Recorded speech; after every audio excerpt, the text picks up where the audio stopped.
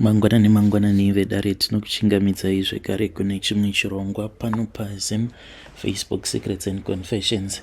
Tadzoka zvekare nemamwe mamessages. Rekedzai tibva tapinda mumamessages edu atatsoka takakubatirai meseji yedu yekutanga yakamira sekudai: hanzi makadi zvenyu mukoma, ndinokumbirawo kuti munge muchindiposterawo nyaya yangu makavigawo chitupa changu. Ininiwo ndiri kurarama ndiri kuno kuAmerica. I came here like a very long time ago, but I was raised by my grandmother, but my grandmother ivo avo, she has since passed away.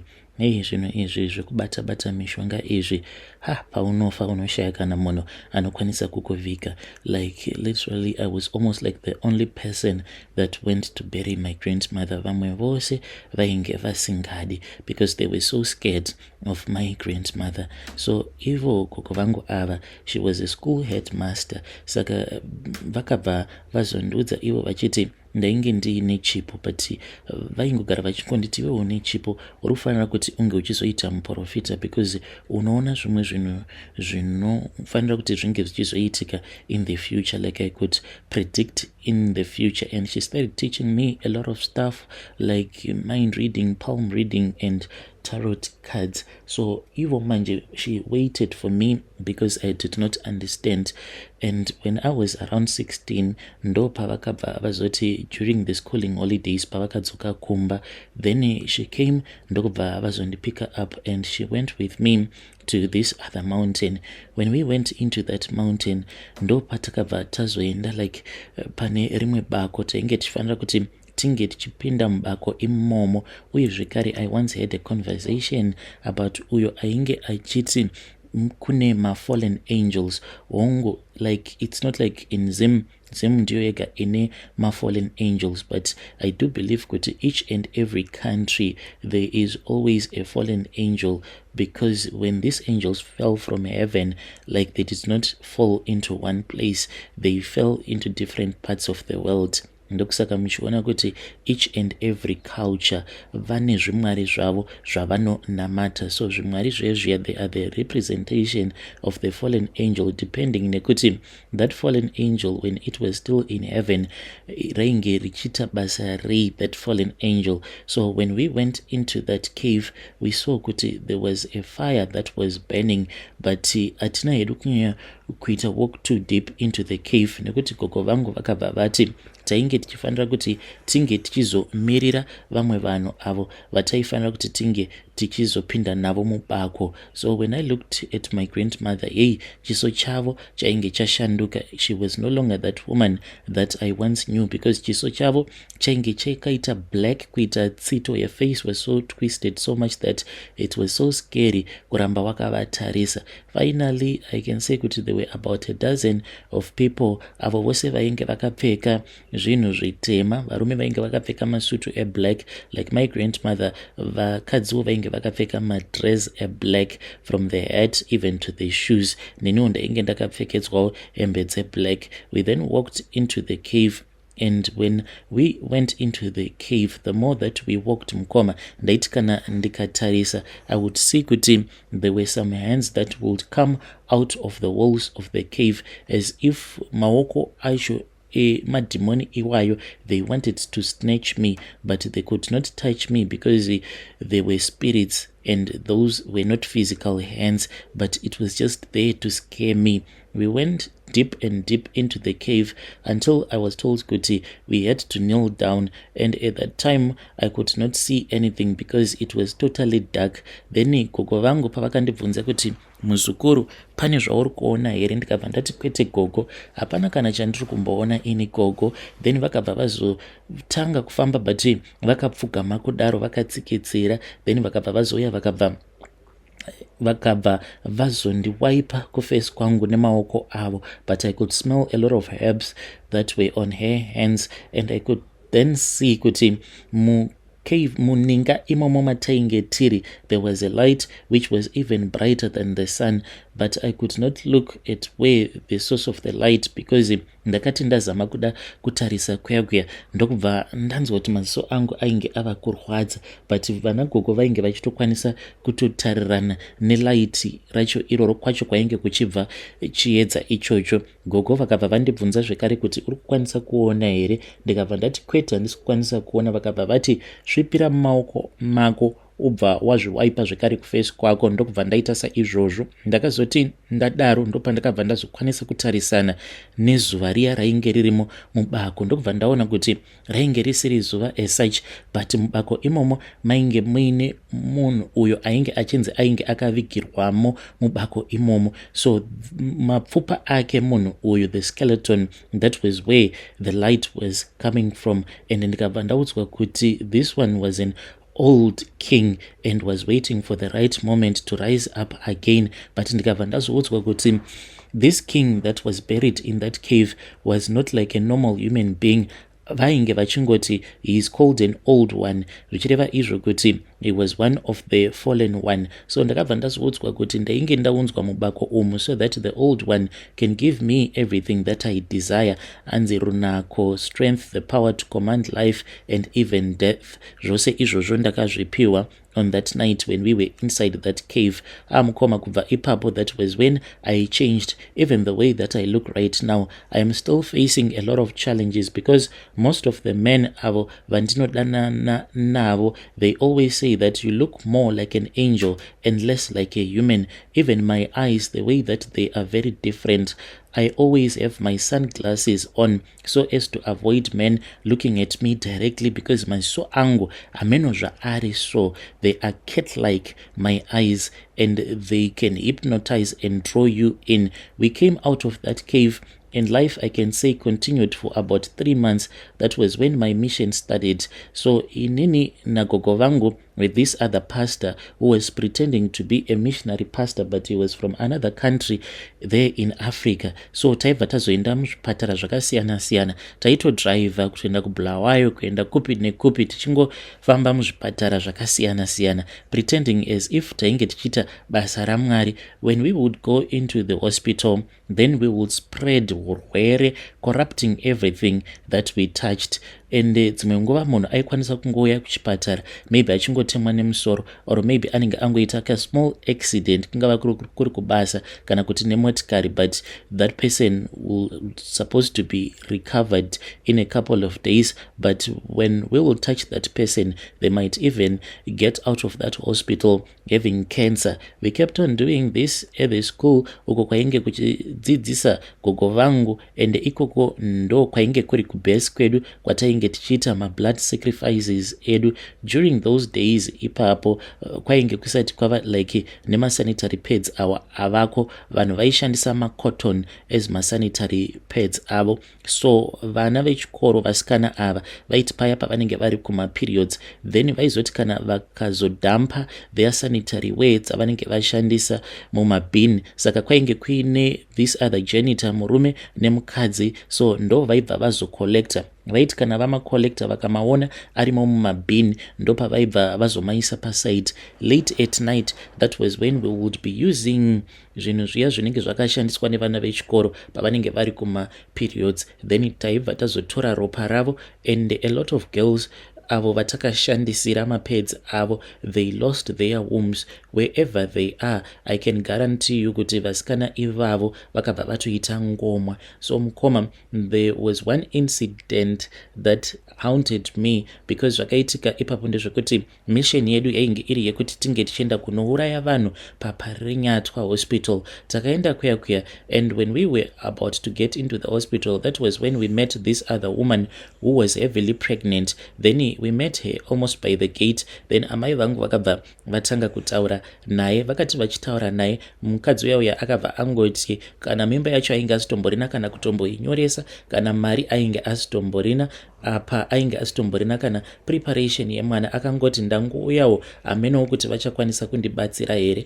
Then ivo gogo vakabva vazondiudza kuti ndaifanira kuti ndinge ndichienda kunomutengera preparation. Ivo she was going to assist her nemari yekuti ange achizonyoresa and stuff like that. So mukoma ndakabva ndazoenda paya zvinhu izvi pazvakaitika, I think I was somewhere around kuma 19 years. I drove into town. When I drove into town, ndainge ndanzi mushure mekunge ndatenga baby wear, I was supposed to urinate. Ndaifanira kuti ndinge ndichiitira wet pahembe idzodzo dzemwana. So when I came back, ndakatizoti ndaona kuti panzvimbo pacho pandainge ndiri, it was not a crowded area. I then pulled out my skirt ndokubva ndaitira hembe dzedzi wet, but handida kunyanyisa kuitira hembe dzacho wet, and I drove to the hospital. Ndichisvika kwekwe, I then apologized to that woman, ndikabva ndati very sorry, ndanga ndatenga juice iri, saka juice racho rabva razovhurika, then rikabva razonyorovedza hembe dzemwana. Mukadzi wayo akabva ati no, it is okay. Saka mukomana acho mushure mekunge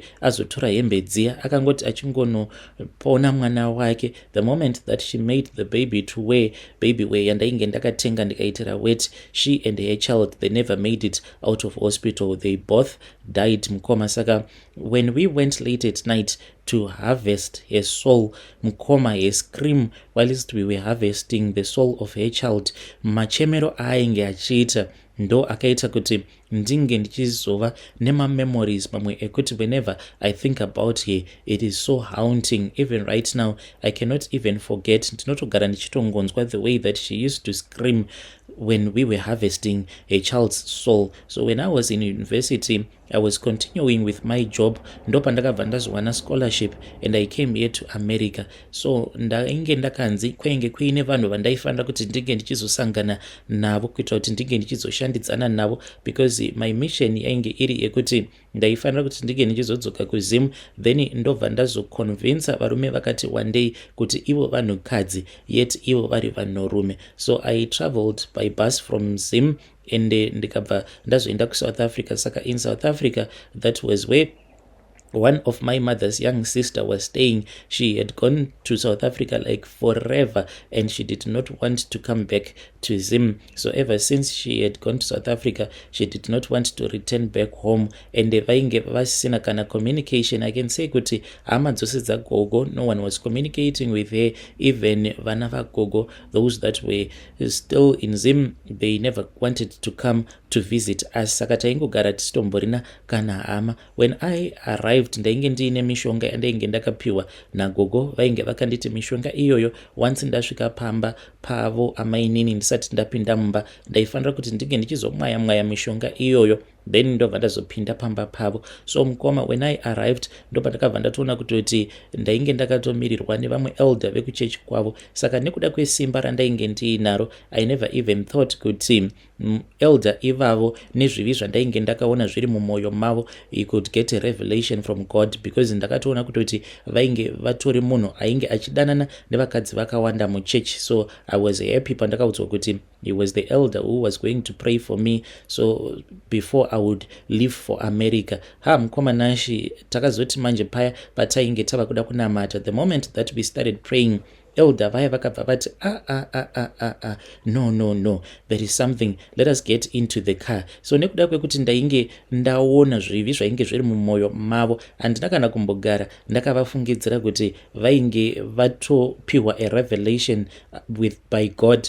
Ivo vakangoti we must go and buy some food to eat. Mukoma, that is how he tricked me. Then we went to the pastor's house. At that time, pandakanopinda mumba mavo, pastor vacho ivavo vainge vakatogara mudining room vachitoona zvavo this other seminar. Ndo pandakabva ndazoona kuti apa ndainge ndava pama1, because ndakabva ndanzwa simba rangu rose, like the demons that used to walk with me leaving my body, and I felt empty and I had no power at all. I felt like dizzy, feeling weak and dizzy. Pastor vaya vakabva vasimuka ndobva vatanga kundinamatira. When the pastor started praying for me, ndo pandakabva ndazotanga kudanidzira ndichiti go kani, go ndakurawa, go, can you please come? I called upon the spirit of my grandmother and she came. And ivo gogo pavakazouya, she was standing like right next to me, but she said that it was like more inini ndainge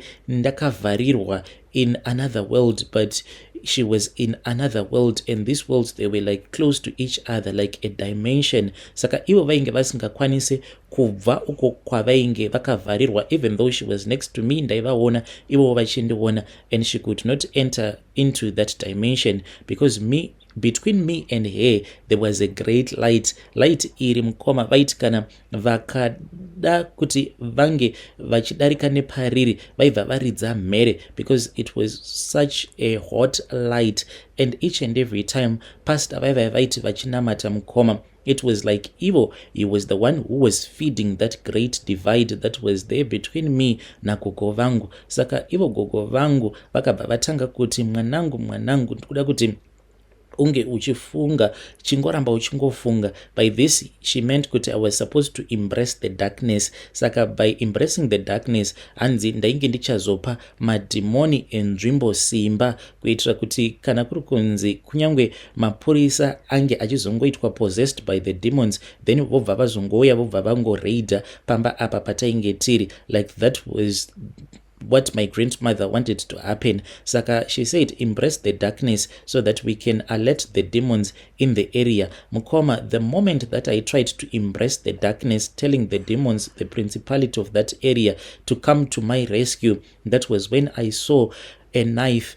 This knife mukoma nashi, when I looked at myself, ndakabva ndazoita sekunge I was no longer in the pastor's house, ndakaita sekunge ndainge ndatova muchipatara, as if I was going to be operated on. But banga iri rainge risina munhu ainge akaribata. Saka banga iri, it then started opening up my heart. Saka moyo wangu wakati uchivhurwa kudaro nebanga iroro.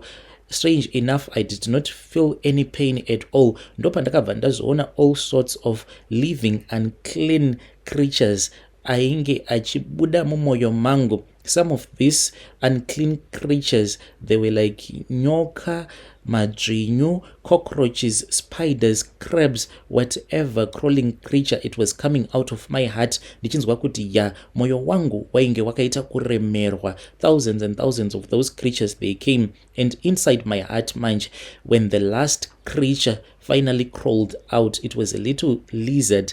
Then ndopa ndakabva ndazoona kuti there was a little seed that was left in there, but this little seed, like it was glowing, but unyatsokuona kuti kaglow kacho ndekaya kainge kasina kana simba at all, like it was about to die down. It was really small. I kept on crying to my grandmother, and I could not see my grandmother anymore, and I was panicking.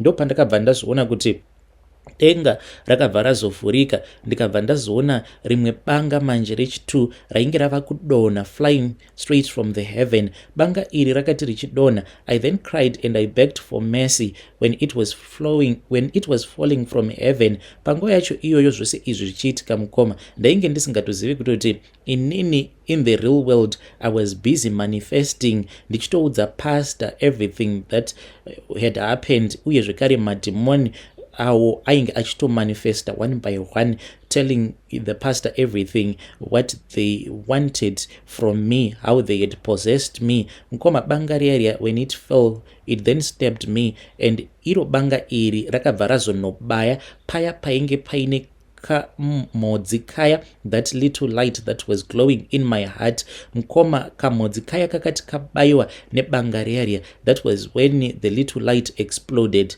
It exploded so much that the whole room was filled with a blinding light. Then ndopa ndakabva ndazonzwa mhere, ndikaziva kuti iyi yainge iri mhere yainge ichiridzwa nagogo vangu. She screamed and I heard her as she was running.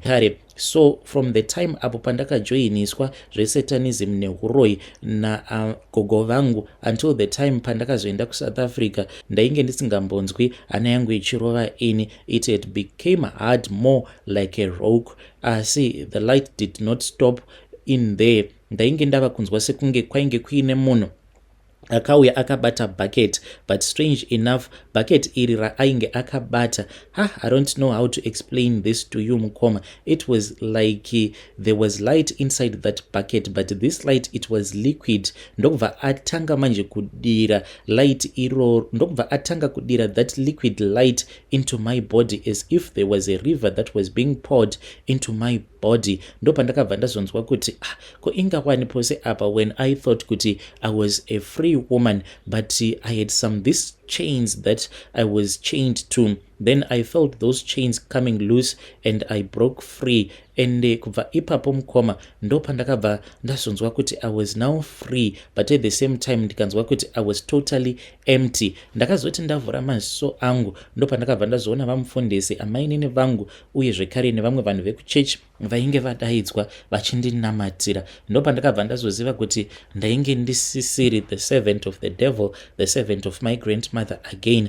After that ndo pandakabva ndazouya kuamerica. Hongu ndakazouya angu kuno kuamerica and I am living my life, but andirare mukomanashi, I am still haunted by the faces of those that I killed, by the lives of those that I destroyed, those that are dead.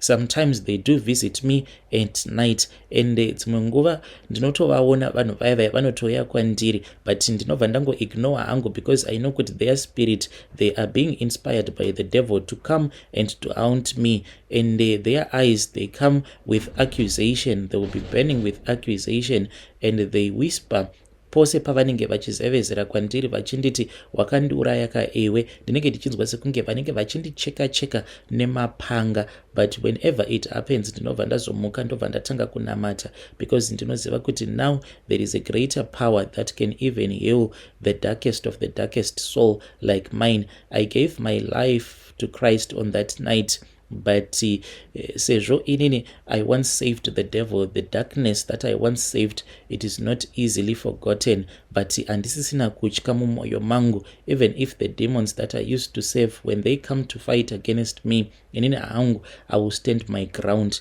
for I am no longer alone. Hey vidare, ndo message iyo yandakatumidzirwa ichibva kuna vanzvadzi vedu. Pano mumwe akauya kuinbox akati please mamwe maepisode munofanira kuti munge muchimataitila kuti chakanakira kunamata, episode 1 episode 2, so that vamwe tinge tichizongotevererawo matestimony evamwe. You can tell me what you think in the comment section, but ndiyo testimony yavo neconfession yavo zvakangooma hazvo veduwe. Hanzi panguva yacho iyoyo ndakanzi namata chema, so that the principality of the area can force the police to come and raid the house. Zvakangooma hazvo veduwe, ngatitaurei navo mucomment section.